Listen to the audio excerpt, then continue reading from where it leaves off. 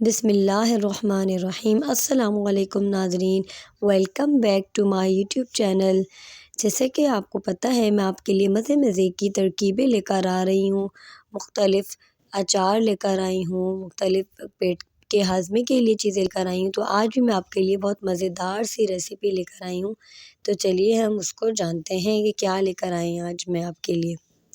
بیگن کا رائتہ بنانے کی ترکیب لے کر آئی ہوں، لیکن اس سے پہلے میں آپ کو جو ہے یہ بتانا چاہوں گی کہ بیگن کے کتنے فوائد ہیں۔ بیگن حالانکہ بہت سے لوگ پسند نہیں کرتے کیونکہ اس کا ذائقہ تھوڑا سا کڑوا ہوتا ہے، لیکن اور کچھ لوگوں کو اتنا زیادہ پسند ہوتا ہے کہ وہ اس کے مختلف کھانے بنوا کے کھاتے ہیں شوق سے۔ اور بیگن میں بہت سارے فوائد چھپے ہوئے ہیں۔ اللہ پاک نے کوئی چیز جو ہے بیکار نہیں بنائی ہے، ہر چیز میں کوئی نہ کوئی اپنی حکمت رکھی اللہ تعالیٰ نے۔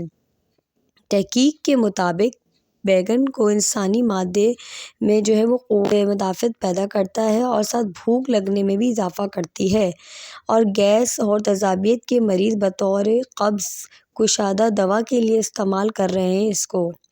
انسانی جلد کے لیے بھی بہت زیادہ مفید ہے۔ اس میں قدرتی اجزاء اتنے زیادہ ہیں کہ جو ہمیں کینسر جیسے موذی امراض سے بھی بچا رہے ہیں۔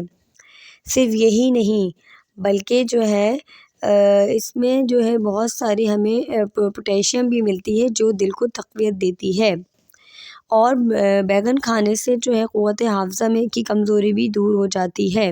تو چلیے ہم آج اس کی ریسیپی کو جانتے ہیں۔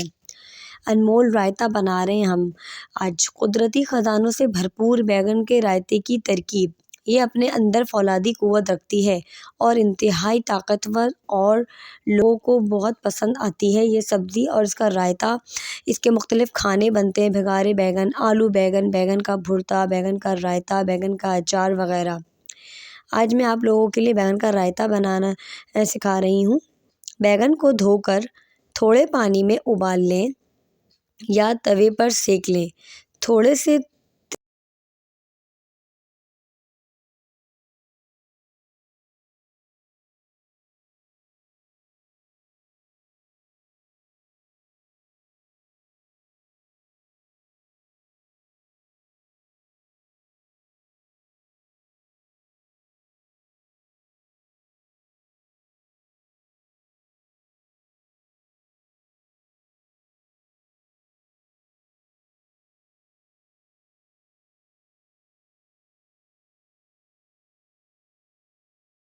توے پہ سینکنے کے بعد اگر جو ہے آپ چاہیں تو جو ہے اس کو ابال بھی سکتے ہیں یا توے پہ سینک لیں، پھر اس کو ایک برتن میں لے لیں اور اس کے چھلکے اتار لیں۔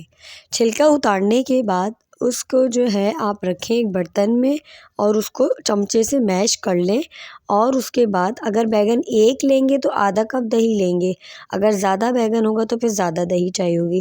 2 چمچے لہسن پسے ہوا، اور لہسن کے 7 دانے آپ جو ہے وہ رکھیں گے بگھار کے لیے۔ نمک، کٹی مرچ، سفید زیرہ، اگر ہری مرچ ڈالنا چاہیں تو ڈالیں، اور تھوڑا سا پودینہ، ہرا دھنیا ڈال کر اس کو گرائنڈ کر لیں۔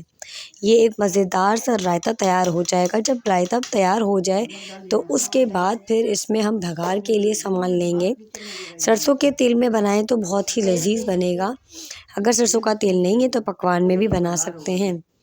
اس کے بعد ہم رائتے کے لیے زیرہ، تھوڑی سی جو ہے لہسن کے چوئے 7 دانے، تھوڑا کڑی پتے اگر آپ کے پاس ہو تو وہ ڈال لیں، اور اس کے بعد پھر جو ہے اس کو اچھے سے بھگار ڈالیں، اور جب یہ پورا اچھی سی اسمیل اس میں سے آنے لگ جائے بھگار کی، پھر اس کے بعد اس کو جو ہے رائتے کے اندر شفٹ کر دیں، اور جو مزیدار سا رائتہ تیار ہو جائے گا۔ پھر آپ اس کو جو ہے مٹر پلاؤ کے ساتھ یا کسی بھی پلاؤ کے ساتھ اور پراٹھے کے ساتھ بھی تناول فرما سکتے ہیں۔